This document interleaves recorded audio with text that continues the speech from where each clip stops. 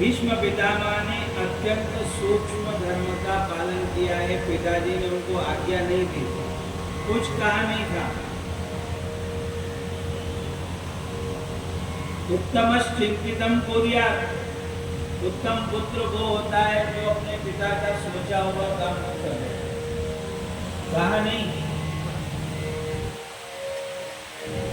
उसका चिंतित जो कार्य है, सोचा हुआ कार्य, उसको पहले जाकर के कर देता है। उसके मन में क्या है वो कर दे, वो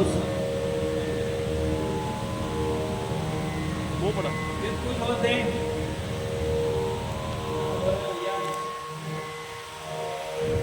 वहीं भूल के चले गए।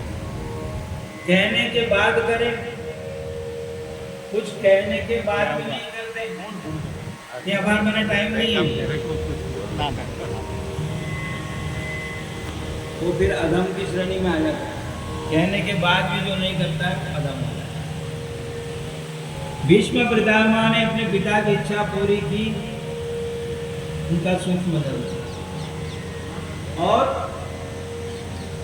उनको ऐसा दिव्य वरदान प्राप्त हुआ, इच्छा में जब चाहोगे तब मरोगे। उसके पहले यमराज भी नहीं आएगा। भीष्म पितामह ने अपने कर्तव्य का, अपने धर्म का पालन किया। युद्ध में ये स्थिति प्राप्त हो गई, सारा शरीर बाणों से डूब गया और पड़े हुए। भगवान को सामने आया हुआ देखा, भगवान पधारे, सामने आकर खड़े हो गए। तो भगवान की स्तुति करने लगे, हाथ जोड़ नहीं सकते, हाथ भी, और कोई पूजा की सामग्री नहीं थी कि फूल चढ़ा दें, कि तिलक लगा दें, कुछ कर दें, वो भी नहीं हो सकता है। इसलिए उन्होंने अपनी वाणी पुष्पिताग्रा छंद में बनी हुई स्तुति की 12 श्लोक उन्होंने प्रार्थना, पुष्पिताग्रा छंद में बने। ये वाणी के पुष्प, ये वाणी से फूल भी बरसते और कांटे भी बरसते।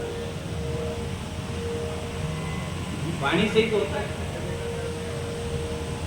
मीठी वाणी बोलोगे तो रस टपकेगा, और नहीं तो आप जानते नहीं, जैसा बोलेंगे वैसा हो। भीष्म पितामह ने मधुर वाणी में पुष्पिताग्रा छंदों में बनी हुई बड़ी दिव्य स्तुति, तो और कोई साधन उनके पास नहीं था, एक वाणी थी। इस वाणी के द्वारा ही हम भगवान को प्रसन्न करते। इतिमति रूप कल्पिता कृष्णा भगवती सात्वत कुंडले विभूमि स्वशुभम भवति क्वचि तुम प्रकृति मुपेवशिया